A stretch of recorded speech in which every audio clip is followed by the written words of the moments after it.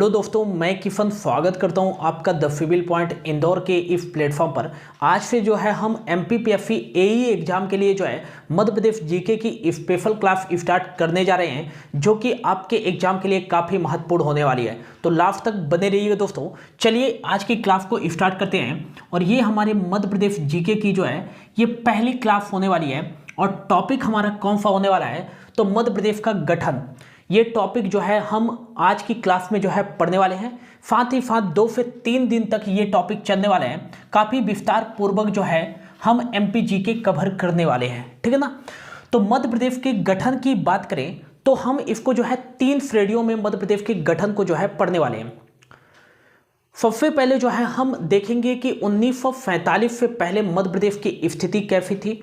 फिर जब हमारा भारत स्वतंत्र हुआ और जब मध्य प्रदेश का गठन किया गया 1956 में, तो 1947 से 1956 के बीच जो है मध्य प्रदेश की स्थिति क्या थी। और 1956 से लेकर वर्तमान मतलब 2023 तक जो है मध्य प्रदेश में कौन कौन से नए जिलों का निर्माण किया गया, कौन कौन से परिवर्तन किए गए, कौन कौन से संभाग बनाए गए, इन सभी के बारे में जो है हम मध्य प्रदेश के गठन टॉपिक के अंतर्गत ही पढ़ने वाले हैं। काफ़ी इंपॉर्टेंट ये टॉपिक है और यहाँ से आपके एग्जाम में भी जो है काफ़ी सारे क्वेश्चन पूछे जाते हैं, ठीक है ना। तो चलिए सबसे पहले जो है हम मध्य प्रदेश के गठन वाले टॉपिक को पढ़ने से पहले जो है हम इसको 3 पार्ट्स में जो है डिवाइड कर लेते हैं। कितने पार्ट्स में डिवाइड कर लेते हैं? 3 पार्ट्स में जो है इसको डिवाइड कर लेते हैं। पहले पार्ट के अंतर्गत जो है हम 1947 से पहले मध्य प्रदेश की स्थिति क्या थी इसके बारे में हम पढ़ने वाले हैं। फिर दूसरे श्रेणी के अंतर्गत जो है 1947 से लेकर 1956 तक का मध्य प्रदेश कैसा था, है ना। फिर 1956 से लेकर 2023 तक का मध्य प्रदेश कैसा रहा। ये जो है मध्य प्रदेश के गठन वाले टॉपिक के अंतर्गत जो है हम 3 श्रेणियों में जो है इसको पढ़ने वाले हैं अच्छे तरीके से।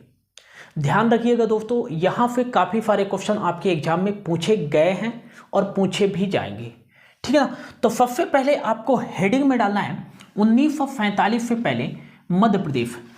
पहला जो आपको हेडिंग में डालना है वो क्या डालना है? 1947 से पहले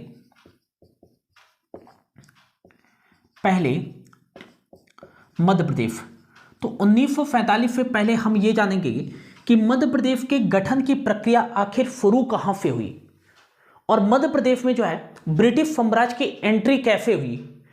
तो सबसे पहले देखें कि मध्य प्रदेश के गठन की जो प्रक्रिया जो प्रारंभिक तौर पर शुरू हुई थी वो कहां से शुरू हुई थी। तो वो शुरू हुई थी, यहां पर आप लिख लीजिएगा कि Madhya Pradesh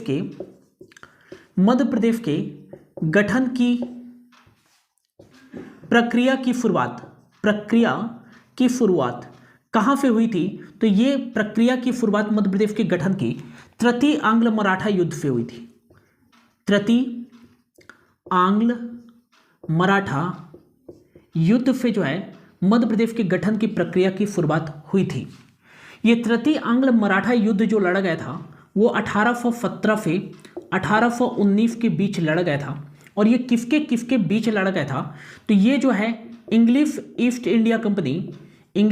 India company versus Maratha साम्राज्य के बीच लड़ा गया था। अब यहाँ पास जो है मराठा साम्राज्य का जिन जिन क्षेत्रों पर नियंत्रण था, इस युद्ध के बाद जो है काफ़ी क्षेत्रों पर जो भी मराठा साम्राज्य के जो भी क्षेत्र थे उन पर नियंत्रण किसका हो गया? ब्रिटिश साम्राज्य का हो गया था। इसमें जो विजय हुई थी वो कौन हुई थी? तो इंग्लिश ईस्ट इंडिया कंपनी हुई थी। और यहीं पास जो है एक मराठा साम्राज्य के पेशवा हुआ करते थे जिनका नाम था अप्पा साहेब भोसले।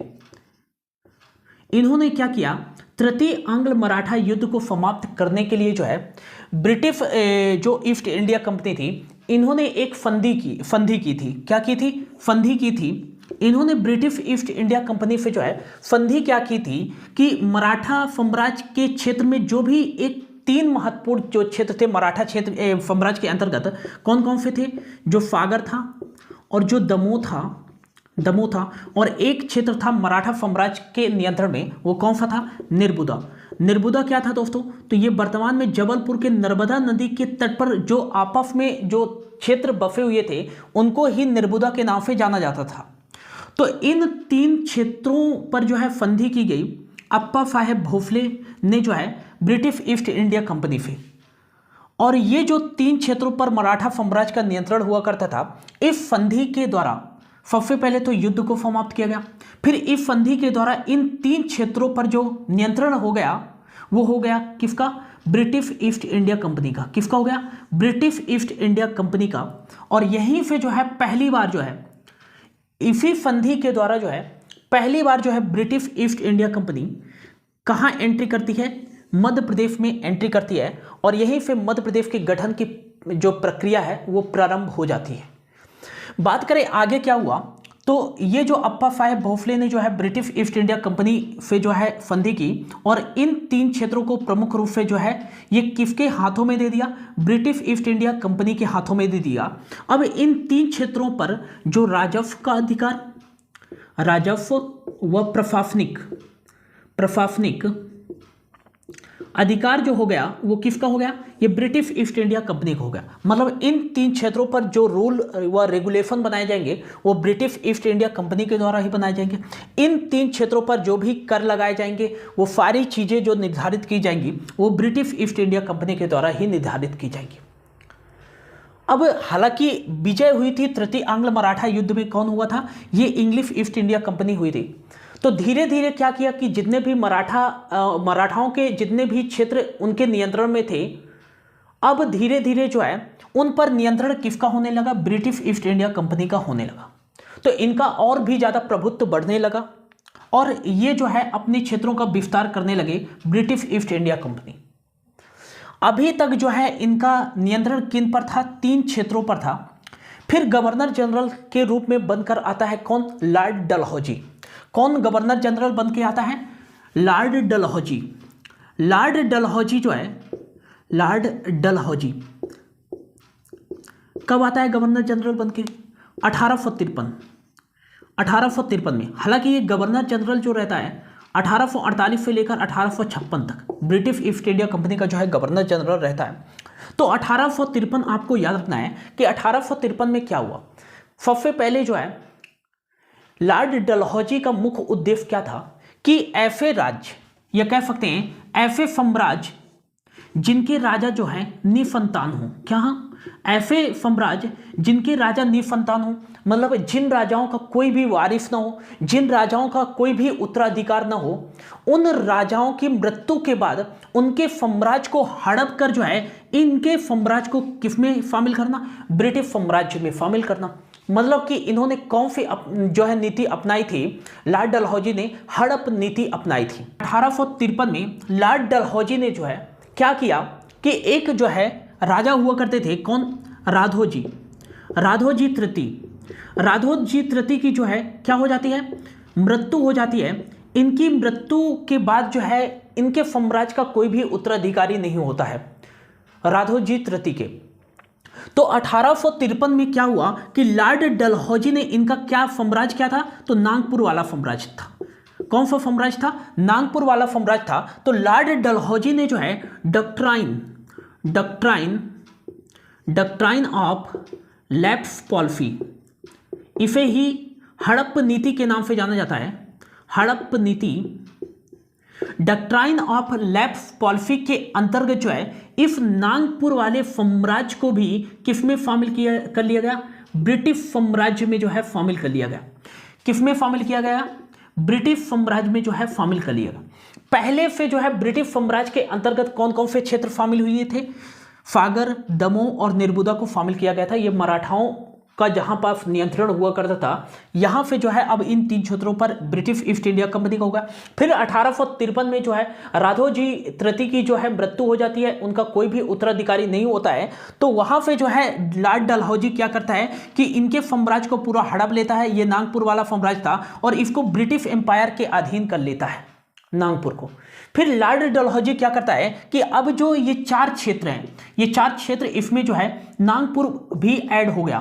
तो ये 4 क्षेत्रों पर मुख्य रूप से नियंत्रण किसका हो गया? ईस्ट इंडिया कंपनी का। मराठाओं का कोई भी नियंत्रण नहीं रहा इन 4 क्षेत्रों में। इसके बाद क्या हुआ, इसको मैं मिटा देता हूं, ठीक है ना, होप आप लोगों ने लिख लिया होगा। इसके बाद क्या हुआ कि ये जो 4 क्षेत्र थे, ये जो 4 क्षेत्र थे, इनको क्या किया गया कि ये जो 4 क्षेत्र थे, सागर, दमोह, निर्बुदा और नागपुर, इन 4 क्षेत्रों को जो है प्रारंभिक तौर पर कहां रख दिया गया, नॉर्थ वेस्टर्न प्रोविंस कह सकते हैं, उत्तरी पश्चिमी प्रांत। इनका जो प्रशासन चलने लगा वो किस प्रोविंस के अधीन जो है इनका प्रशासन होने लगा, नॉर्थ वेस्टर्न प्रोविंस के अंतर्गत जो है इनका प्रशासन जो है प्रशासनिक नियंत्रण इन पर किया गया। तो क्वेश्चन में पूछा जाता है कि सबसे प्रारंभिक तौर पर जो है मध्य प्रदेश को कहां रखा गया था, तो सबसे प्रारंभिक तौर पर मध्य प्रदेश को जो है नॉर्थ वेस्टर्न प्रोविंस में रखा गया था, जिसका हेडक्वार्टर क्या था, तो इसका जो हेडक्वार्टर था वो था आगरा। ये चारों क्षेत्रों को जो है कहां रख दिया गया था, नॉर्थ वेस्टर्न प्रोविंस में रख दिया गया था। अब जो है 1857 तक इनका जो नियंत्रण, प्रशासनिक नियंत्रण इन चारों क्षेत्रों पर होता है वो ब्रिटिश ईस्ट इंडिया कंपनी का होता है। इन पर प्रशासन जो है 1856 तक चलता है। 1857 आता है। 1857 में क्या हुआ, 1857 में जो हुआ वो हुआ 1857 की क्रांति। 1857 की जो है क्रांति प्रारंभ हुई।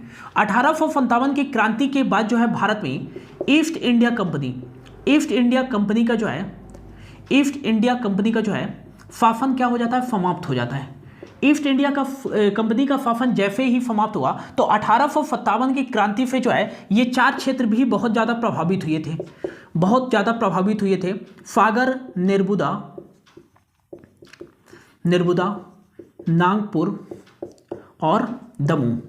तो 1857 की क्रांति के बाद ये 4 क्षेत्र काफ़ी ज़्यादा प्रभावित हुए और 1857 की क्रांति के बाद ही ईस्ट इंडिया कंपनी का जो है शासन समाप्त हो जाता है भारत में। इसके बाद जो है भारत में किसका शासन आता है, तो ब्रिटिश क्राउन, कह सकते हैं महारानी क्राउन का शासन आता है।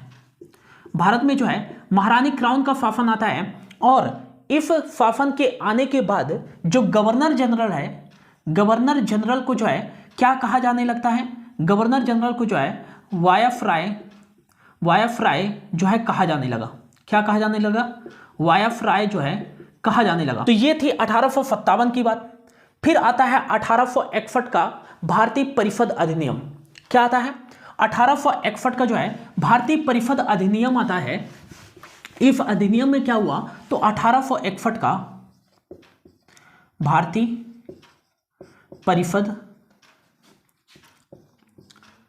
परिषद अधिनियम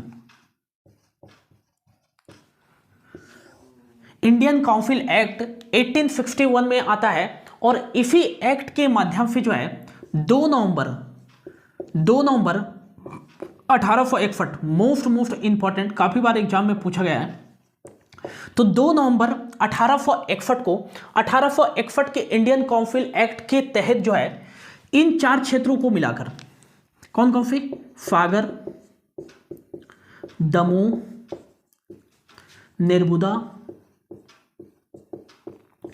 और नागपुर को मिलाकर जो है एक नए प्रांत का, जिसका नाम पड़ा सेंट्रल प्रोविंस, केंद्रीय प्रांत का गठन कर दिया गया। काफी बार क्वेश्चन में पूछा जाता है आपसे कि सेंट्रल प्रोविंस या केंद्रीय प्रांत का गठन कब किया गया था, तो 1861 में किया गया। इसी केंद्रीय प्रांत को जो है जो भारत का स्वतंत्रता के बाद जो है इसे मध्य प्रदेश के नाम से भी जाना जाता है और इसी को पार्ट ए के अंतर्गत रखा भी गया था, ठीक है ना। तो आपको याद रखना है कि 2 नवंबर 1861 को जो है सेंट्रल प्रोविंस का गठन किया गया और सेंट्रल प्रोविंस का गठन किन किन क्षेत्रों को मिलाकर किया गया था, तो सागर, दमोह, निर्बुदा और जो है नागपुर को मिलाकर किया गया था 1861 में। और इसका जो हेडक्वार्टर बनाया गया था सेंट्रल प्रोविंस का, वो हेडक्वार्टर किसको बनाया गया था, ये नागपुर को बनाया गया था। किसको बनाया गया था, नागपुर को जो है इसका हेडक्वार्टर बना दिया गया था। फिर जो है क्या आता है, 1864 आता है। क्या आता है 1864 में क्या हुआ कि जो निवाड़ वाला एरिया था, क्या था, निवाड़ वाला क्षेत्र था, निवाड़ वाले क्षेत्र को भी जो है किसके अधीन कर दिया गया, तो सेंट्रल प्रोविंस के अंतर्गत जो है इसका जो है प्रशासन चलने लगा। सेंट्रल प्रोविंस के अंतर्गत, किसके अंतर्गत चलने लगा, जो निवाड़ वाला क्षेत्र है इसका जो है प्रशासन भी सेंट्रल प्रोविंस के अधीन कर दिया गया। तो एग्जाम में पूछा जा सकता है कि निवाड़ क्षेत्र को जो है सेंट्रल प्रोविंस के अधीन कब किया गया था, तो 1864 में किया गया था। अब इन क्षेत्रों पर बात करें कि जो सेंट्रल प्रोविंस जो 4 क्षेत्रों को मिलाकर बनाया गया था और निवाड़ क्षेत्र, दोनों में संयुक्त रूप से प्रशासन जो है किसका चलने लगा, तो ये प्रशासन चलने लगा ब्रिटिश का। किसका चलने लगा, ब्रिटिश का चलने लगा। यहां पर भारत के किसी भी साम्राज्य का कोई भी नियंत्रण नहीं है। इतना समझ में आया, ठीक है ना। तो इतनी चीजें जल्दी से लिख लीजिए, फिर आगे बढ़ते हैं। तो 1864 से जो है 1905 तक जो है इनका शासन इसी रूप से चलने लगा। फिर क्या हुआ 1905 में, इसको मिटा देता हूं, यहां पर लिख देता हूं 1905 में क्या हुआ, इसको मिटा ही देता हूं, ठीक है ना, होप आप लोगों ने लिख लिया होगा। तो 1905 में जो है 1905 के दौरान जो है अब गवर्नर जनरल को क्या कहा जाने लगा था, वायसराय। तो वायसराय कौन थे, तो ये थे लॉर्ड कर्जन। कौन थे, लॉर्ड कर्जन, जिनका जो मुख्य उद्देश्य था फूट डालो शासन करो, ठीक है ना। तो लॉर्ड कर्जन थे इस समय। तो सबसे पहले यहां पास एक बरार क्षेत्र हुआ करता था। मैं सबसे पहले यहां पास एक मैप बना देता हूं, मध्य प्रदेश का मैप कैसे हुआ करता था, ये जो है मैं मैप बना देता हूं, ठीक है ना, मध्य प्रदेश का। तो मध्य प्रदेश का जो है मैं सबसे पहले जो है मैप बना देता हूं। तो यहां पास जो है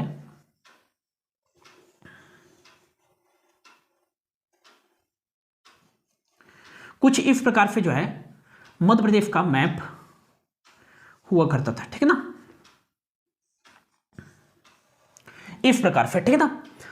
तो यहां पास जो था ये वाला हमारा जो था, ये वाला हिस्सा कह सकते हैं, ये यहां तक का जो हिस्सा था वो किसका था, तो ये सीपी कहलाता था। ये क्या कहलाता था, सेंट्रल प्रोविंस। सेंट्रल प्रोविंस ये कौन सा क्षेत्र कहलाता था, सेंट्रल प्रोविंस कहलाता था। ये वाला जो था एरिया वो किसका था, तो बुंदेलखंड वाला जो है ये कह सकते हैं बघेलखंड का एरिया था। कौन सा था, बघेलखंड का एरिया था। यहां पास छत्तीसगढ़ भी शामिल था, छत्तीसगढ़ भी शामिल था। और इसका जो सेंट्रल प्रोविंस का हेडक्वार्टर हुआ करता था, ये क्या हुआ करता था, नागपुर। नागपुर यहीं पास था। तो कह सकते हैं वर्तमान में जो है महाराष्ट्र राज्य भी सम्मिलित था। यदि 3 क्षेत्र दिए हैं और एक अलग क्षेत्र दे दिया जाता है तो वो जो है आपका ऑप्शन रॉन्ग हो जाएगा, ठीक है ना। तो ये 3 क्षेत्र बघेलखंड, छत्तीसगढ़ और नागपुर कह सकते हैं महाराष्ट्र भी जो है इस सेंट्रल प्रोविंस के अंतर्गत शामिल था। अब क्या हुआ 1905 में कि यहां पास जो था ये वाला जो एरिया था वो किसका था, हैदराबाद रियासत का था। क्या था, यहां पास जो है ये मध्य प्रदेश की जो है यहां से जुड़ा हुआ था। और यहां पास जो एरिया था ये किसका था, हैदराबाद। हैदराबाद रियासत हुआ करती थी। और हैदराबाद रियासत की ही जो एक जो क्षेत्र हुआ करता था वो हुआ करता था बरार वाला क्षेत्र। ये वाला जो क्षेत्र था वो क्या था, बरार वाला एरिया था, कह सकते हैं, जो मध्य प्रदेश से लगा हुआ था और ये सेंट्रल प्रोविंस के करीब था, ठीक है ना। तो ये वाला जो क्षेत्र था इसका नाम दे देते हैं बरार। बरार वाला एरिया था। तो हैदराबाद के निजाम उस समय कौन हुआ करते थे, तो हैदराबाद के निजाम हुआ करते थे उस समय, निजाम कौन थे, तो महबूब अली खां। अली खां, यह इनका दूसरा नाम था आसफ जहां। आसफ जहां फिक्स इनका अदर नेम था। तो उस समय जो हैदराबाद के निजाम हुआ करते थे वो कौन हुआ करते थे, महबूब अली खां या कह सकते हैं आसफ जहां फिक्स। इन्होंने क्या किया दोस्तों कि देखो हैदराबाद रियासत तो यहां थी और ये बरार वाला क्षेत्र यहां था, लेकिन जो बरार वाला एरिया था वो हैदराबाद की रियासत की जो प्रशासनिक पहुंच पे था वो बहुत दूर था। कौन सा एरिया, बरार वाला एरिया। तो हैदराबाद के निजाम की प्रशासनिक पहुंच से काफी दूर होने के कारण ये बरार वाले एरिया को जो है ब्रिटिश साम्राज्य को दे दिया गया। क्या फ्री में दे दिया गया, नहीं, फ्री में नहीं दिया गया। इस एरिया को जो है बरार वाले एरिया को जो है हैदराबाद के निजाम महबूब अली खां या आसफ जहां के द्वारा जो है ब्रिटिश शासन को जो है 25 लाख सालाना रेंट पर दे दिया गया। ठीक है ना। निजाम ने कहा भाई साहब, ब्रिटिशरों से कहा कि भाई साहब ये जो एरिया है बरार वाला, ये हमारी प्रशासनिक पहुंच से दूर है, यहाँ पर हम अपने नियम रेगुलेशन या रूल्स जो है अच्छे से लागू नहीं कर पा रहे हैं। ऐसा करो कि ये वाला एरिया जो है आपके आसपास ही है, फेडरल प्रोविंस के आसपास ही है, तो ये वाला आप एरिया हमसे रेंट में ले लो।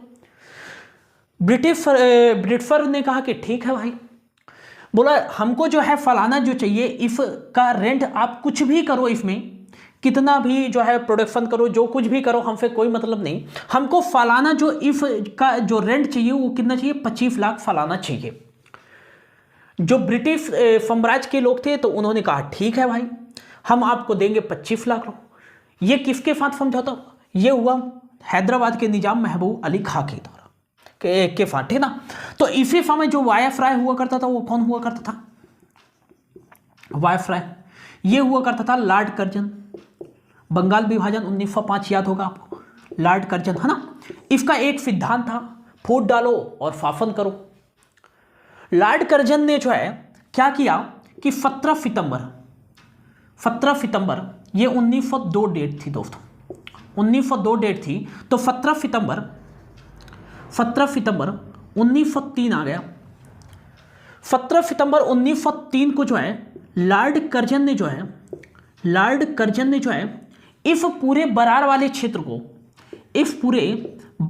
क्षेत्र को जो है एक ब्रिटिश क्षेत्र घोषित कर दिया। लॉर्ड कर्जन ने कह दिया भाई साहब, हम किसी निजाम की जमीन नहीं जानते हैं, ना हम इसका रेंट देंगे, अब तो ये जमीन ब्रिटिश साम्राज्य की हो गई, अब जो है इसका कोई भी रेंट पे नहीं किया जाएगा। तो ये बरार वाला एरिया भी अब किसके अधीन आ गया? ब्रिटिश साम्राज्य के अधीन आ गया। और 1 अक्टूबर 1903 को जो है इस बरार वाले एरिया को, बरार वाले क्षेत्र को जो है सेंट्रल प्रोविंस के अधीन कर दिया गया। तो आपको याद रखना है कि 1902 में हैदराबाद के निजाम महबूब अली खां ने कहा ब्रिटिशरों से कि भाई साहब ये हमारे क्षेत्र जो है 25 लाख रुपए हमें फलाना दे दो और ये रेंट पर ले लो। फिर 17 सितंबर 1903 को लॉर्ड कर्जन आया, जिसका सिद्धांत हुआ करता था फूट डालो राज करो। इन्होंने ये घोषणा कर दी कि भाई साहब ये जो बरार वाला एरिया है इसमें हम कोई रेंट नहीं देंगे, अब ये हमारा हो गया, ये ब्रिटिश साम्राज्य के अधीन हो गया, अब ये ब्रिटिश साम्राज्य है ये वाला क्षेत्र। और इन्होंने ये घोषणा भी कर दी 17 सितंबर 1903 को लॉर्ड कर्जन ने, और प्रमुख रूप से 1 अक्टूबर 1903 को इस बरार वाले क्षेत्र को किसके अधीन कर दिया गया? तो ये फेडरल प्रोविंस के अधीन कर दिया लॉर्ड कर्जन ने। अब जो है इस बरार वाले क्षेत्र का और फेडरल प्रोविंस का जो प्रशासनिक नियंत्रण हो गया वो किसका हो गया? ब्रिटिश साम्राज्य का हो गया। किसका हो गया? ब्रिटिश साम्राज्य का हो गया। इन दोनों पर नियंत्रण, जो भी प्रशासनिक नियंत्रण फेडरल प्रोविंस में करता था, साथ वो जो है बरार वाले क्षेत्र का भी नियंत्रण करता था, ठीक है ना। अब आगे क्या हुआ? तो इस तरह से जो है कब तक? तो आपको याद रखना है इस तरह से 1935 तक, इसको होप आप लोगों ने लिख लिया होगा। इस तरह से जो है 1935 तक जो है यहां पास जो है इसका नियंत्रण ब्रिटिश शासन के अधीन होता है, बरार वाले क्षेत्र का और सेंट्रल प्रोविंस का। फिर आता है 1936 में। 1936 में क्या होता है? 1935 के गवर्नमेंट ऑफ इंडिया एक्ट आता है। गवर्नमेंट ऑफ इंडिया एक्ट के अंतर्गत, गवर्नमेंट ऑफ इंडिया एक्ट, भारतीय शासन अधिनियम के अंतर्गत जो है 24 अक्टूबर 1936 को 24 अक्टूबर 1936 को जो है ये फेडरल प्रोविंस जो कि किसके अधीन था? ब्रिटिशर के अधीन था। और ये बरार वाले क्षेत्र का क्या कर दिया गया? मर्ज कर दिया गया, दोनों को मिला दिया गया और दोनों का जो है गठन कर दिया गया। काफी इंपॉर्टेंट है। तो सेंट्रल प्रोविंस एंड बरार क्षेत्र का गठन कब किया गया था? तो ये 24 अक्टूबर 1936 को। लेकिन आप बोलोगे कि सर आपने बताया 1 अक्टूबर 1903 को भी तो इसके अधीन किया गया था, तो वो अधीन किया गया था, है ना। ब्रिटिश सरकार ने इस क्षेत्र को अपने अधीन कर लिया था, जो भी प्रशासन नियंत्रण फेडरल प्रोविंस में किया जाएगा वही इसमें किया जाएगा, बरार वाली क्षेत्र। लेकिन जो है इसको पूर्ण रूप से जो मर्ज किया गया, जो प्रशासनिक तौर पर या कि औपचारिक तौर पर जो है इसको मान्यता प्रदान की गई, वो 24 अक्टूबर 1936 को जो है सेंट्रल प्रोविंस एंड बरार का जो है गठन किया गया। और अब जो है सेंट्रल प्रोविंस को किस नाम से जाना जाने लगा, तो इस सेंट्रल प्रोविंस को जो है अब सेंट्रल प्रोविंस एंड बरार के नाम से जाना जाने लगा। और इसका हेडक्वार्टर जो है किसे बनाया गया, या कह सकते हैं कि इसकी कैपिटल किसको बनाई गई, तो इसकी कैपिटल जो है नागपुर को बनाई गई। किसको बनाई गई, तो इसकी कैपिटल जो है नागपुर को बनाई गई। किसकी, सेंट्रल प्रोविंस एंड बरार की कैपिटल, ठीक है ना। अब बात करें कि ये वाला जो क्षेत्र था वो किसका हुआ करता था, तो ये वाला जो क्षेत्र हुआ करता था वो हुआ करता था पार्ट बी का हिस्सा था। और इसे हम क्या कहते थे, इसे हम जानते हैं मध्य भारत के नाम से, मध्य भारत के नाम से। यहां आपकी इंदौर रियासत हुआ करती थी, इंदौर रियासत, जहां होलकरों का शासन चलता था। और यहां आपकी हुआ करती थी ग्वालियर रियासत। ये जो है मेजर रियासत थी किसके, ये जो है मेजर रियासत थी मध्य भारत की। यहां जो शासन चलता था वो सिंधियाओं का चलता था। यहां आपका जो था बिंद प्रदेश था, बिंद प्रदेश जो कि पार्ट बी का ही हिस्सा हुआ करता था। और इसकी जो राजधानी थी वो क्या थी, रीवा। और ये वाला जो पार्ट था वो पार्ट सी के अंतर्गत रखा गया था। कौन सा, भोपाल, पार्ट सी के अंतर्गत रखा गया था, ठीक है ना। इस प्रकार से जो है इस मैप में मैंने बताया है, ठीक है ना। तो अब आगे क्या हुआ, तो 24 अक्टूबर 1936 को जो है सेंट्रल प्रोविंस को बरार के साथ मर्ज कर दिया गया। और अब जो है सेंट्रल प्रोविंस को जो है किस नाम से जाना जाने लगा, तो सेंट्रल प्रोविंस को जो है सेंट्रल प्रोविंस एंड बरार के नाम से जाना जाने लगा। क्वेश्चन यहां से दो तरीके से बहुत ज्यादा क्वेश्चन पूछे गए हैं और पूछे भी जा सकते हैं। कि यहां पर क्वेश्चन किस तरीके से पूछा जाता है कि सेंट्रल प्रोविंस का जो है का गठन कब किया गया था, तो ये आपको याद रखना है 2 नवंबर 1861 को। और यदि आपसे ऐसा पूछा जाता है क्वेश्चन कि सेंट्रल प्रोविंस एंड बरार का गठन कब किया गया था, तो आपको याद रखना है 24 अक्टूबर 1936 को, ठीक है ना। तो ये दो क्वेश्चन काफी बार जो है आपके एग्जाम में पूछ लिए जाते हैं, ठीक है ना। अब आगे क्या करना है आपको, अब आगे बढ़ते हैं। तो आगे सबसे पहले हम देखते हैं कि यहां पर जो है ये वाला एरिया जो है वो सीपी एंड बरार के नाम से अब जाना जाने लगा। किस नाम से, सीपी एंड बरार के नाम से, ठीक है ना। सेंट्रल प्रोविंस एंड बरार, तो इसका गठन जो है 24 अक्टूबर 1936 को। इसी प्रोविंस को फिर बाद में जो है किस नाम से जाना गया, तो पार्ट ए और मध्य प्रदेश नाम से जो है इसी प्रोविंस को जाना गया। किस नाम से, मध्य प्रदेश के नाम से जाना गया। और इसमें कौन कौन से क्षेत्र सम्मिलित थे, तो आपको याद रखना है इसमें जो क्षेत्र सम्मिलित था वो था छत्तीसगढ़। और वर्तमान का जो है महाराष्ट्र का नागपुर जो है इसी में सम्मिलित था। और बघेलखंड, कौन सा क्षेत्र सम्मिलित था, बघेलखंड। और अपना तो मध्य प्रदेश है ही है, ठीक है ना। तो ये आपको याद रखना है कि इसमें जो है ये क्षेत्र सम्मिलित है, काफी इंपॉर्टेंट है, आपको अच्छे से जो है याद रखना है, ठीक है ना। ये सारी चीजें और तो मैंने बता ही दिया कि इसका जो है सेंट्रल प्रोविंस का गठन 1861 में और बरार का जो है गठन सेंट्रल प्रोविंस के साथ 1936 में किया गया। तो इसी प्रकार से जो है इनका शासन जो है 1947 तक चलता रहा। इनके गठन होने के बाद जो है इनका प्रशासन जो है ब्रिटिश साम्राज्य के अंतर्गत जो है कब तक चलता रहा, 1947 तक चलता रहा। तो ये तो थी स्थिति कब की, 1947 से पहले मध्य प्रदेश की स्थिति थी। 1947 से पहले जो है मध्य प्रदेश की स्थिति थी। अब देख लेते हैं कि 1947 से 1956 के बीच जो है मध्य प्रदेश की स्थिति क्या थी। तो 1947 से लेकर, अब दूसरा पॉइंट आपको डालना है, दूसरा पॉइंट 1947 से लेकर 1956 तक मध्य प्रदेश, ये दूसरा फ्रेडी आ गया हमारा, है ना, दूसरा पार्ट। दूसरे पार्ट के अंतर्गत जो है आपको पता है कि 1947 में जो है हमारा भारत स्वतंत्र हुआ। और 1945 में जो है भारत को दो देशों में अलग किया गया, एक तो भारत और एक पाकिस्तान। तो पाकिस्तान को भारत से अलग किया गया 1945 में। अब जो भारत का पार्ट था उसको जो है दो राजनीतिक इकाइयां थी। भारत में जो है दो राजनीतिक इकाइयां थी। कौन कौन सी राजनीतिक इकाइयां थी? एक तो थे भारत में ब्रिटिश प्रांत। क्या थे? भारत में ब्रिटिश प्रांत थे। ब्रिटिश प्रांत कौन थे? जहां शासन जो चलता था, जहां का जो प्रमुख होता था वो गवर्नर या कह सकते हैं वायसराय होता था। तो जो भी क्षेत्र ब्रिटिशर के अधीन थे उन्हें ब्रिटिश प्रांत के नाम से जाना गया। और एक थी देशी रियासत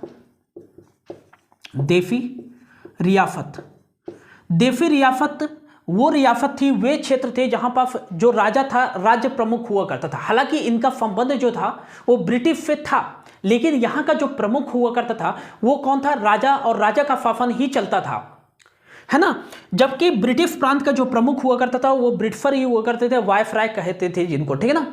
तो ब्रिटिश प्रांत तो जो है वो आसानी से जो है भारत के अधीन हो गए या भारत में शामिल हो गए, ठीक है ना। बात करें देशी रियासत की, तो देशी रियासत जो भारत की भौगोलिक सीमा में जो टोटल देशी रियासत है, मैं क्या बोल रहा हूं, भारत की भौगोलिक सीमा के अंतर्गत जो देशी रियासत थे वो कितने थे?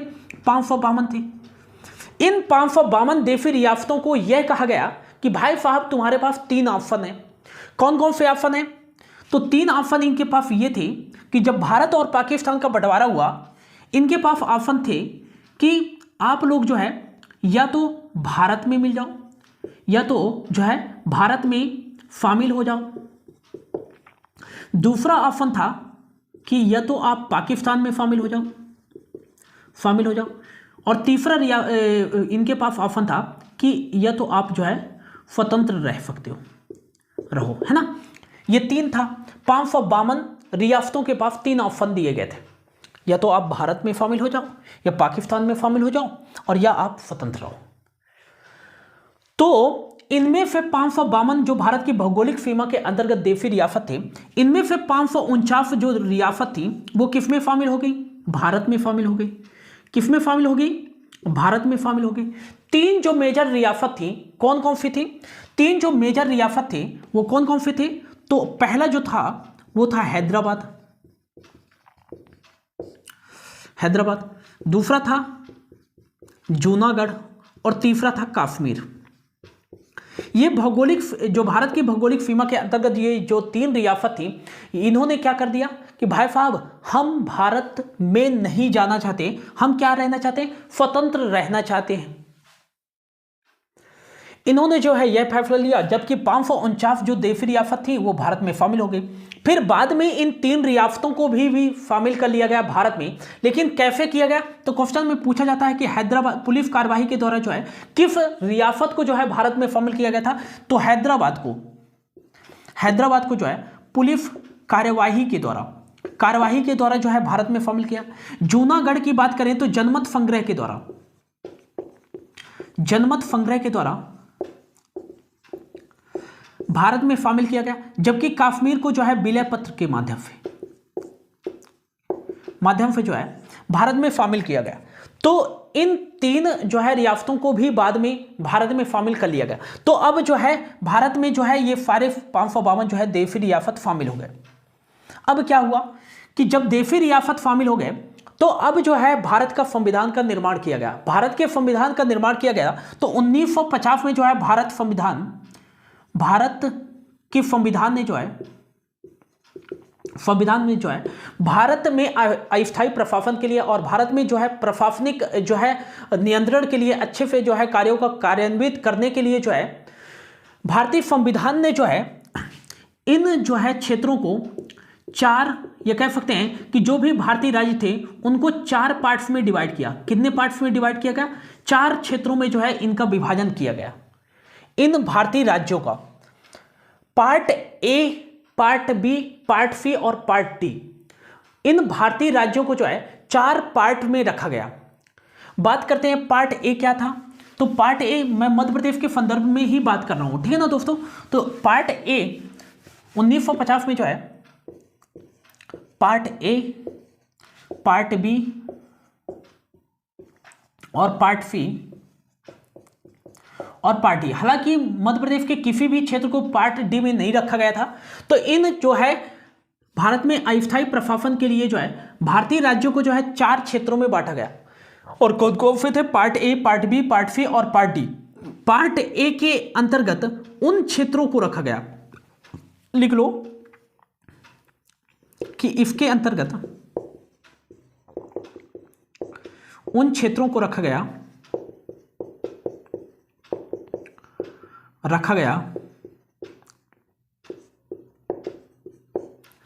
जिन पर शासन ब्रिटिश साम्राज्य का था। यह कह सकते हैं कि ऐसे प्रांतों को पार्ट ए के अंतर्गत रखा गया जहां का जो प्रमुख, जहां का शासन जो है वायसराय या गवर्नर के द्वारा चलाया जाता था। ऐसे क्षेत्रों को जो है पार्ट ए के अंतर्गत रखा गया था। जैसे आपका सेंट्रल प्रोविंस था। सेंट्रल प्रोविंस का जो है शासन किसके द्वारा चलाया जा रहा था? ये ब्रिटिशर के द्वारा तो चलाया जा रहा है ना, ये ब्रिटिश साम्राज्य के अधीन था। तो इसको किस पार्ट के अंतर्गत रखा गया था? तो ये पार्ट ए के अंतर्गत रखा गया था। हालांकि सेंट्रल जो प्रोविंस था और बरार को पार्ट ए में मध्य प्रदेश के रूप में रखा गया था, ठीक है ना। और पार्ट बी में जो है बड़ी रियासतों को रखा गया था, ऐसे क्षेत्रों को जो कि बड़ी रियासत थी, जहां का प्रमुख जो होता था वो कौन था? राज्य प्रमुख हुआ करता था और उप प्रमुख हुआ करता था। तो जिन क्षेत्रों में राज्य प्रमुख हुआ करता था और उप प्रमुख हुआ करता था, तो ऐसे क्षेत्रों को जो है पार्ट बी में रखा गया। किस में रखा गया? पार्ट बी में। और इसके अंतर्गत बड़ी रियासतों को रखा गया था पार्ट बी के अंतर्गत। वही बात करें पार्ट सी। पार्ट सी के अंतर्गत जिनका शासन जो है कह सकते हैं चीफ कमिश्नर, आयुक्तों के द्वारा जो है जिनका शासन चलाया जाता था, और इसके अंतर्गत जो है छोटी रियासतों को जो है सम्मिलित किया गया था। तो इनका जो शासन चलाया जाता था वो चीफ कमिश्नर के द्वारा चलाया जाता था। किसके द्वारा? चीफ कमिश्नर, आयुक्तों के द्वारा जो है पार्ट सी में रखे गए रियासतों का जो है शासन चलाया जाता था। जबकि पार्ट बी में बड़ी रियासतों को रखा गया था जिसका शासन राज्य प्रमुख या उप प्रमुख के द्वारा चलाया जाता था, जिसका गवर्नर के द्वारा शासन चलाया जाता था। और पार्ट डी में जो है अंडमान एंड निकोबार को रखा गया था। ठीक है ना। इतनी सारी चीजें आपको अच्छे से याद रखनी है, ठीक है ना। अब बात करते हैं मध्य प्रदेश के संदर्भ में। मध्य प्रदेश के संदर्भ में बात करें तो पार्ट ए की बात करते हैं। मध्य प्रदेश के संदर्भ में बात करें तो पार्ट ए। तो मध्य प्रदेश के मैप में देखें तो मध्य प्रदेश के मैप में देखें तो पार्ट ए को किस नाम से जाना जाता था? तो ये पार्ट ए ही है। आपका पूरा जो एरिया है, ये वाला जो एरिया है, ये कौन सा था? तो आपका पार्ट ए था। मैं इसको और मिटा देता हूं।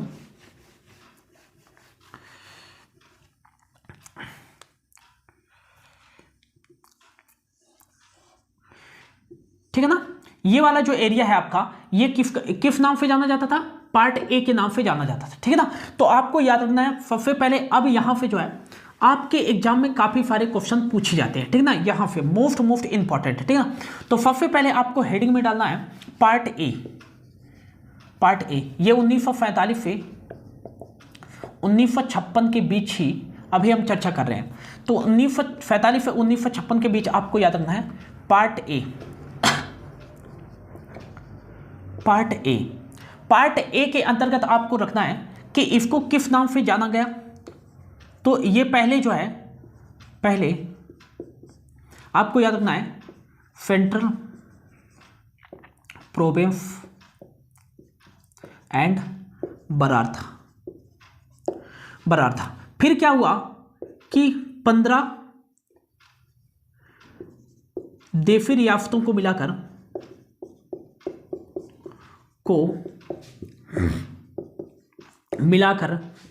पुराने सेंट्रल प्रोविंस एंड बरार का नाम मध्य प्रदेश कर दिया गया। अब देखो यहां से क्वेश्चन किस प्रकार से पूछा जाता है कि मध्य प्रदेश को पहले किस नाम से जाना जाता था? तो आपको याद रखना है मध्य प्रदेश को पहले जो है पार्ट ए के नाम से जाना जाता था, ठीक है ना। या ऑप्शन पे आपके ये भी दे सकता है सेंट्रल प्रोविंस एंड बरार। तो मध्य प्रदेश को पहले जो है सेंट्रल प्रोविंस एंड बरार के नाम से जाना जाता था। और यदि पूछा जाए किस पार्ट में रखा गया था तो पार्ट ए में। और पार्ट ए के नाम से भी जाना गया था किसको? मध्य प्रदेश को। ये आपको याद रखना है अच्छे से। और मध्य प्रदेश को जो है कितने देशी रियासतों को मिलाकर जो है मध्य प्रदेश जो है इसका नाम कर दिया गया था। तो 15 देशी रियासतों को, कितने देशी रियासतों को, 15 देशी रियासतों को मिलाकर जो है पुराने सेंट्रल प्रोविंस एंड बरार का नाम बदल करके क्या कर दिया गया था, मध्य प्रदेश कर दिया गया था। क्या कर दिया गया था दोस्तों, मध्य प्रदेश कर दिया गया था। काफी मोस्ट इंपॉर्टेंट है। जबकि आपको याद होना चाहिए कि ये जो सेंट्रल प्रोविंस एंड बरार का जो गठन किया गया था ये 24 अक्टूबर 1936 को किया गया था। ठीक है ना, कब किया गया था, 24 अक्टूबर 1936 को किया गया था। तो अब जो है पार्ट ए के को जो है किस नाम से जाना जाने लगा, मध्य प्रदेश, मध्य प्रदेश। ठीक है ना, ये 1947 के बाद की बात है। ठीक है ना, अब आपको याद रखना है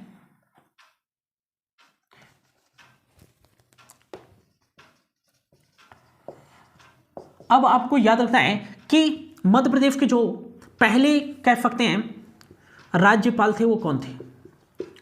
मध्य प्रदेश के जो पहले राज्यपाल थे वो किसे बनाया गया, तो मध्य प्रदेश के पहले राज्यपाल के रूप में जो है ई राघवेंद्र को बनाया गया। किसे बनाया गया, ई राघवेंद्र को मध्य प्रदेश का जो है पहला राज्यपाल बनाया गया।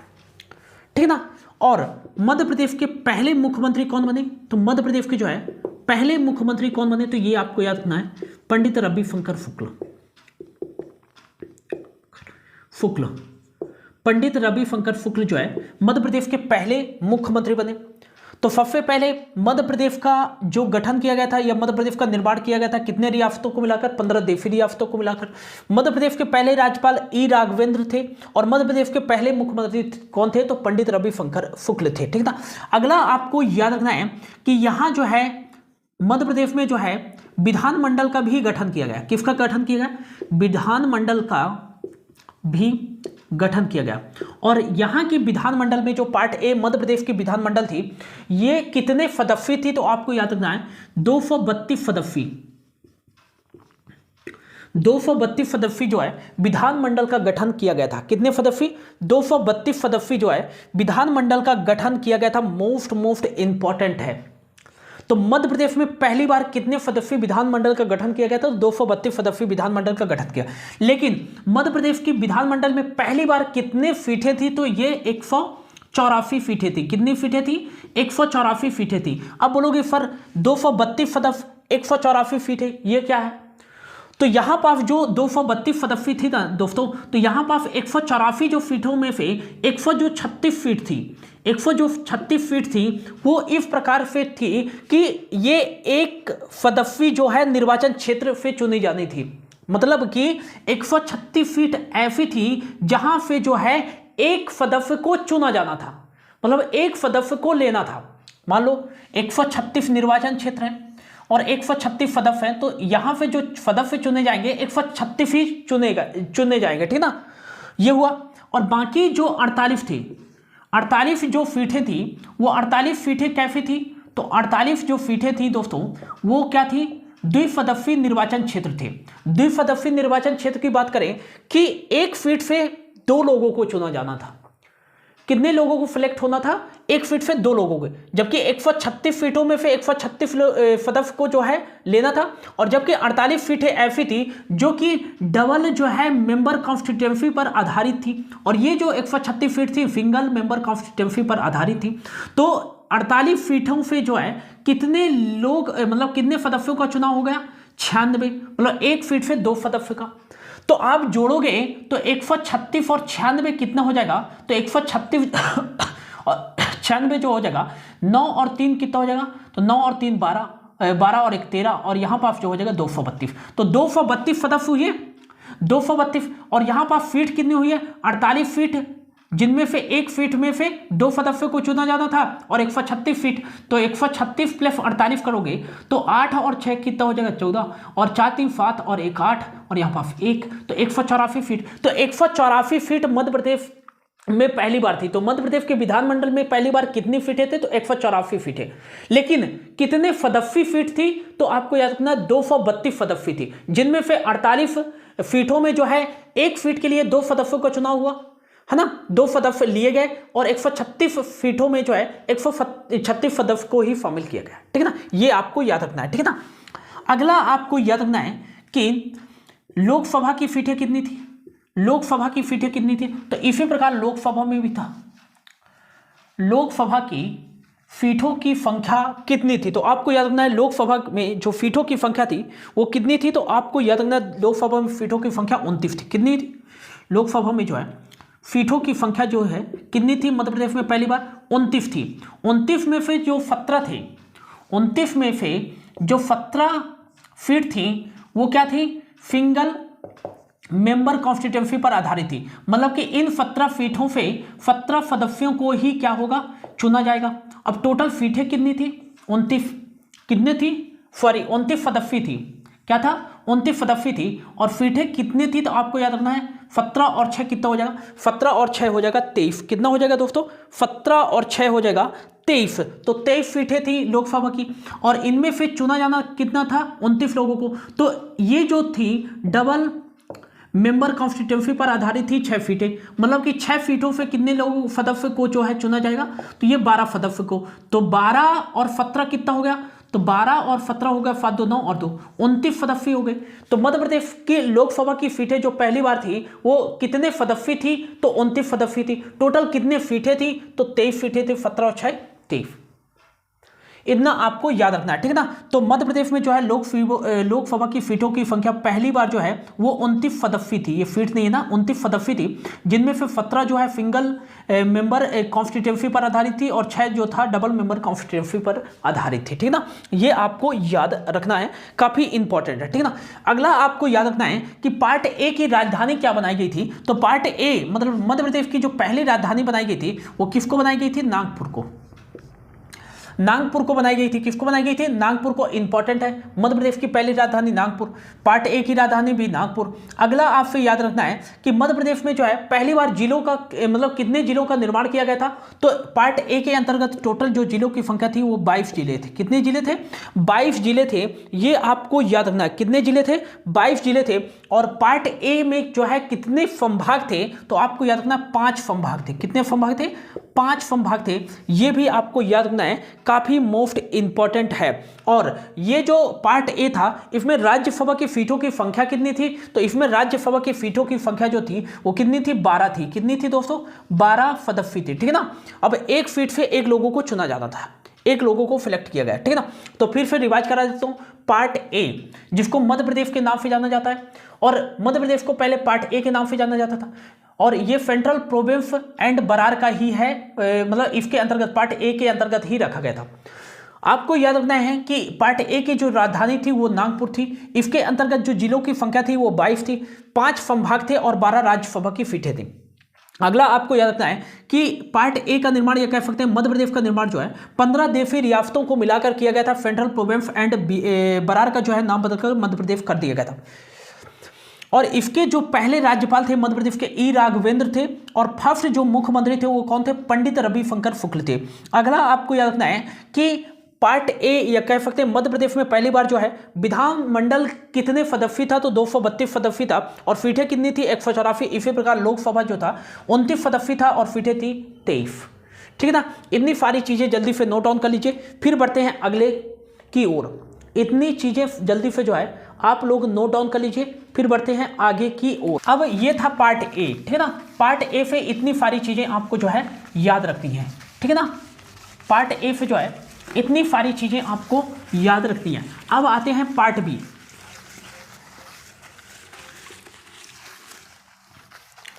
पार्ट बी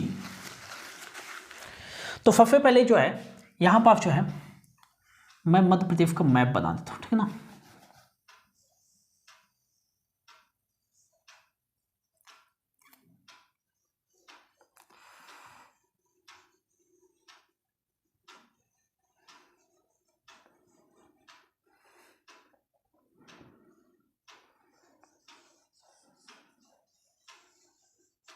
इस प्रकार से, ठीक है ना।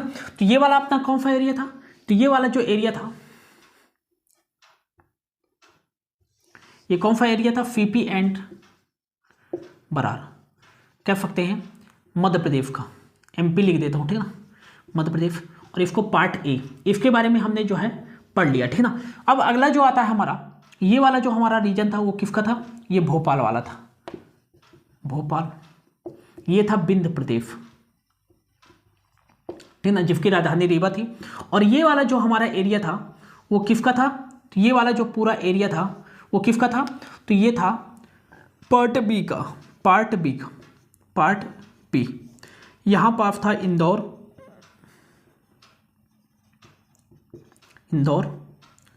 रियासत, और यहाँ पास था ग्वालियर रियासत,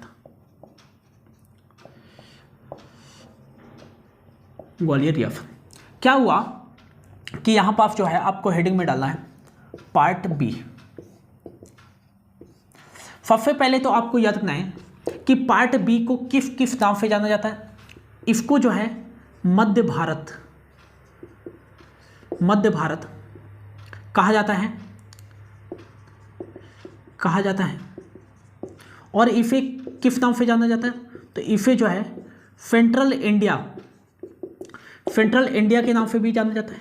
इसको मालवा संघ के नाम से भी जो है जाना जाता है। तो पार्ट बी को जो है 3 प्रमुख नामों से जाना जाता है।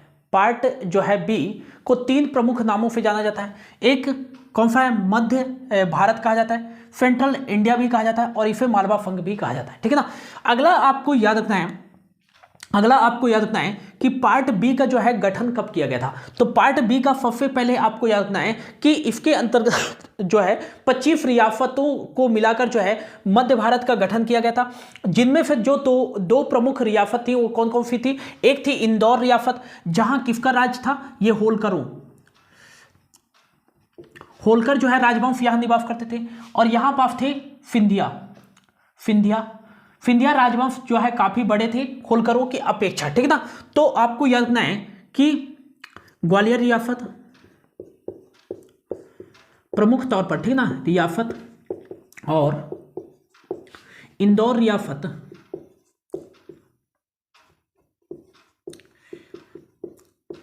को मिलाकर मध्य भारत का गठन कब किया गया, तो आपको याद रखना है 25 मई 1948 को किया गया, इसी बीच क्या। तो आपको याद रखना है कि ग्वालियर रियासत और इंदौर रियासत को मिलाकर जो है मध्य भारत का गठन किया गया कब, 25 मई 1948 को। मध्य भारत की राजधानी क्या बनाई गई, तो यहां जो है ग्वालियर राजवंश काफी बड़े मानते थे अपने आप को इंदौर राजवंश की अपेक्षा, जो होलकरों की अपेक्षा जो है। तो यहां पर जो राजधानी बनाई गई वो 6.5 माह के लिए, हालांकि काफी सारी बुक में आपको 6 माह लिखा मिलेगा, लेकिन इसका एक्चुअल जो डाटा है वो कितना है, 6.5 माह के लिए जो है मध्य भारत की जो राजधानी बनाई गई वो किसको बनाया गया, ग्वालियर को। और बाकी जो बचे 5.5 माह के लिए जो राजधानी बनाई गई वो किसको बनाई गई, इंदौर को, मध्य भारत की। तो पूछा जाता है कि मध्य भारत की राजधानी क्या थी, तो 2 राजधानियां थी, ग्वालियर और इंदौर। जबकि पार्ट ए कह सकते हैं कि राजधानी क्या थी, तो नागपुर थी, मध्य प्रदेश की राजधानी पहली बार थी, ठीक है ना। अब यहां पास जो है काफी बार क्वेश्चन में इस प्रकार से भी पूछा जाता है कि भोपाल से पहले मध्य प्रदेश की राजधानी क्या थी, तो नागपुर थी, ठीक है ना। अगला आपको याद रखना है कि 6.5 माह के लिए जो मध्य भारत पार्ट बी की जो राजधानी हुआ करती थी वो ग्वालियर, और 5.5 माह के लिए जो है इंदौर। काफी सारी बुक में जो है 6 माह कर दिया जाता है, ठीक है ना। और ये मध्य भारत की जो शीतकालीन राजधानी थी, मध्य भारत की शीतकालीन जो राजधानी थी वो क्या थी, ये थी ग्वालियर। और मध्य भारत की जो ग्रीष्मकालीन राजधानी थी,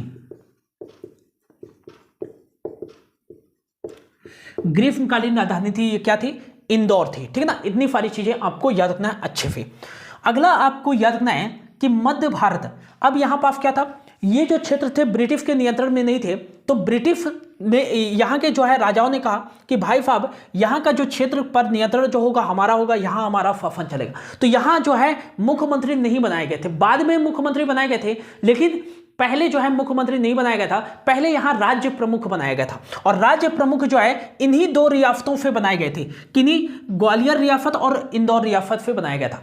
तो इसके पहले राज्य प्रमुख जो थे, फर्स्ट राज्य प्रमुख और फर्स्ट उप राज्य प्रमुख। अब जो है ग्वालियर वाले जो है रियासत के लोग अपने आप को बड़ा कहते थे। अब बड़ा कहने के कारण जो है इनके रियासत के लोगों को जो है क्या बना दिया गया, राज्य प्रमुख। तो इस मध्य भारत के पहले जो राज्य प्रमुख बने थे वो जीवाजी राव शिवाजी राव सिंधिया को बनाया गया था। किसको बनाया गया? सिंधिया जो बने ये फर्स्ट राज्य प्रमुख थे मध्य भारत के। काफी इंपॉर्टेंट क्वेश्चन है, यहां पे पूछा जा सकता है, ये पॉइंट आपको नोट डाउन कर लेना। और पहले उप प्रमुख जो थे वो थे इंदौर के होलकर वंशज थे Yashwant Rao Holkar.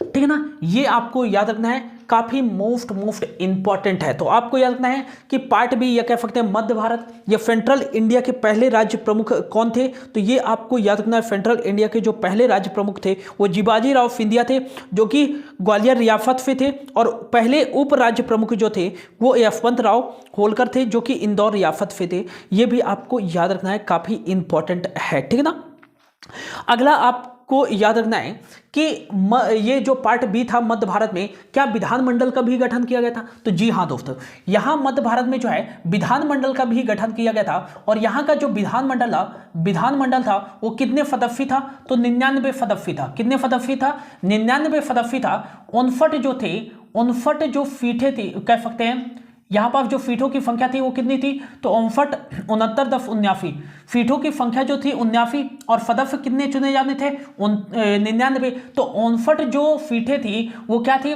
Single member constituency पर आधारित थी। मतलब 59 सीटों में जो है 59 लोगों को ही जो है शामिल किया जाएगा। जबकि जो 20 सीटें थी, 20 सीटों में जो है ये क्या था? डबल मेंबर कॉन्स्टिट्यूंसी थी, मतलब द्विसदस्यीय निर्वाचन क्षेत्र था। 20 सीटें, अब 20 सीटों से कितने लोगों को चुना जाना था? 40, मतलब एक सीट में 2 सदस्यों को जो है लिया गया। तो ये जो था 59 और 40 कितना हो गया? तो 59 और 40 हो गया 99। ठीक है ना, इस तरह से जो है यहां का विधानमंडल का गठन किया गया। और इस तरह से जो है 99 सदस्य जो थी यहां पार्ट बी मतलब मध्य भारत की जो थी विधानमंडल थी। ठीक ना, ये आपको याद रखना है, काफी इंपॉर्टेंट है। बात करें कि यहां लोकसभा की सीटें कितनी थी, तो लोकसभा की जो सीटें थी मध्य भारत में, लोकसभा की जो सीटें थी वो कितनी थी? 11 सीटें थी। कितनी सीटें थी? 11, जिनमें से 7 जो थी वो एक सदस्यीय निर्वाचन क्षेत्र से थी, मतलब यहां से एक सदस्य को ही लिया जाएगा। और बाकी जो 2 थी वो क्या थी? तो 2 सदस्यीय निर्वाचन क्षेत्र से, मतलब कि यहां से 4 सदस्यों को लिया जाएगा, एक सीट पर 2 लोकसभा सदस्यों को लिया जाएगा। टोटल कितने हो गए? तो 11 सदस्य जो थे, 11 सदस्यीय यहां की लोकसभा जो है सीट थी। तो 7 और 4 कितना हो गया? 11। ठीक है ना, अब यहां पास क्या हुआ कि यहां पास जो हुआ कि मध्य प्रदेश में जो है ये तो था मध्य भारत। अब अगला आपको याद रखना है कि फिर जो है 1948 के बाद जो है यहां सीएम भी बनाए गए। आपको याद रखना है, यहां पास मैं मिटा देता हूं। ठीक है ना दोस्तों, मध्य भारत का जो है पहला सीएम किसको बनाया गया था?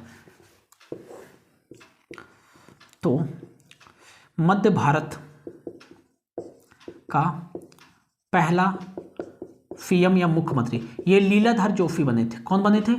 लीलाधर जो जोशी थे ये मध्य भारत, देखो पंडित रविशंकर शुक्ल मध्य प्रदेश के पहले मुख्यमंत्री, ई राघवेंद्र जो थे वो मध्य प्रदेश के पहले राज्यपाल थे। ठीक है ना, जबकि मध्य भारत के पहले मुख्यमंत्री आपसे पूछा जाए तो ये लीलाधर जोशी थे। कौन थे? लीलाधर जोशी जो थे 1948 में जो है ये मध्य भारत के पहले मुख्यमंत्री बनाए गए थे। तो ये आपको याद रखना है। ठीक है ना, फिर अगला आपको याद रखना है कि मध्य प्रदेश में काफी जो है मुख्यमंत्री बनाए गए थे। तो अगला आपको याद रखना है कि 1949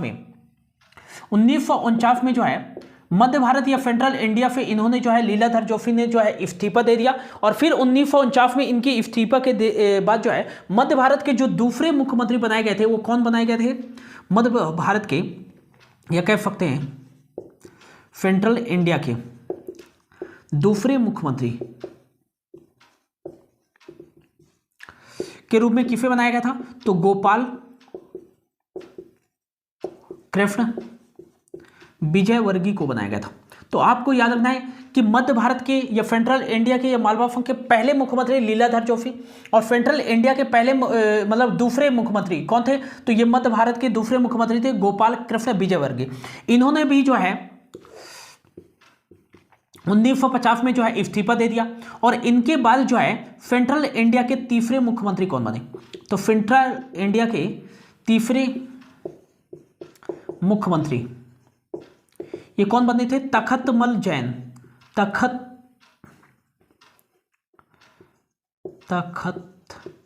मल जैन, तखतमल जैन, ये जो थे सेंट्रल इंडिया या कह सकते हैं मध्य भारत के तीसरे मुख्यमंत्री बने थे। काफी मोस्ट इंपॉर्टेंट है, ये आपको याद रखना है, ठीक है ना। तो ये आपको याद रखना है, ठीक है ना। तो मध्य भारत के पहले मुख्यमंत्री लीलाधर जोशी थे। कौन थे? लीलाधर जो है जोशी थे। और मध्य भारत के जो है दूसरे मुख्यमंत्री ये गोपाल कृष्ण विजयवर्गीय, और मध्य भारत के तीसरे मुख्यमंत्री बने थे तखतमल जैन। फिर क्या हुआ? 1952 में पूरे भारत में जो है आम चुनाव हुआ पहली बार। 1952 में जो है पहली बार जो है पूरे भारत में जो है आम चुनाव हुआ। क्या हुआ? आम चुनाव हुआ। आम चुनावों में से जो है आपको याद रखना है कि जो 70 सीटें प्राप्त हुई वो कांग्रेस को प्राप्त हुई, बाकी जो सीटें प्राप्त हुई थी हिंदू महासभा को प्राप्त हुई। तो जो सरकार बन गई वो किसकी बन गई? कांग्रेस की बन गई। तो आपको याद रखना है कि मध्य भारत के यहां पर दिख जाएगा ना आप लोग को। फिर मध्य भारत के 1952 में जो है सीएम कौन बने? तो ये मिश्रीलाल गंगवार बने थे। कौन बने थे? मिश्रीलाल गंगवाल बने थे। और आपको मिश्रीलाल गंगवाल से याद रखना है कि ये मध्य भारत की, ये कह सकते हैं सेंट्रल इंडिया के मध्य भारत के जो है पहले निर्वाचित मुख्यमंत्री थे, सीएम। तो क्वेश्चन पूछा जा सकता है कि मध्य भारत व सेंट्रल इंडिया के पहले निर्वाचित जो है मुख्यमंत्री कौन थे? वह पार्ट बी के पहले मुख्यमंत्री कौन थे निर्वाचित? तो ये थे मिश्रीलाल गंगवार। कौन थे? मिश्रीलाल गंगवाल। फिर जो है 1952 के बाद जो है 1954 के लगभग जो है तखतमल जैन जो है ये जो है मध्य प्रदेश के गठन तक जो है मध्य भारत के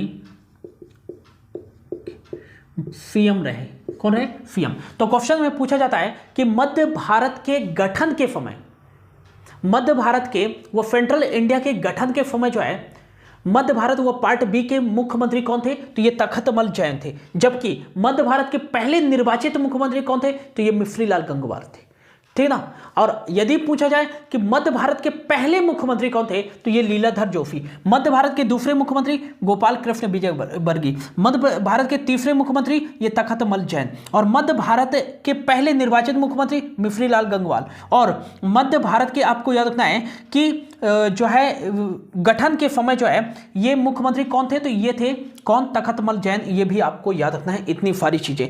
अगला आपको क्या याद रखना है कि यहां जो राज्यसभा की सीटों की संख्या थी वो कितनी थी? 6। पार्ट बी में जो राज्यसभा की सीटों की संख्या थी वो कितनी थी? 6। मतलब 6 सदस्यीय राज्यसभा की सीटें थी। और जो पार्ट बी में जिलों की संख्या थी, मतलब कि मध्य भारत में जो है जिलों की संख्या कितनी थी? तो आपको याद रखना 16 जिले थे। कितने जिले थे? 16 जिले थे। कहां?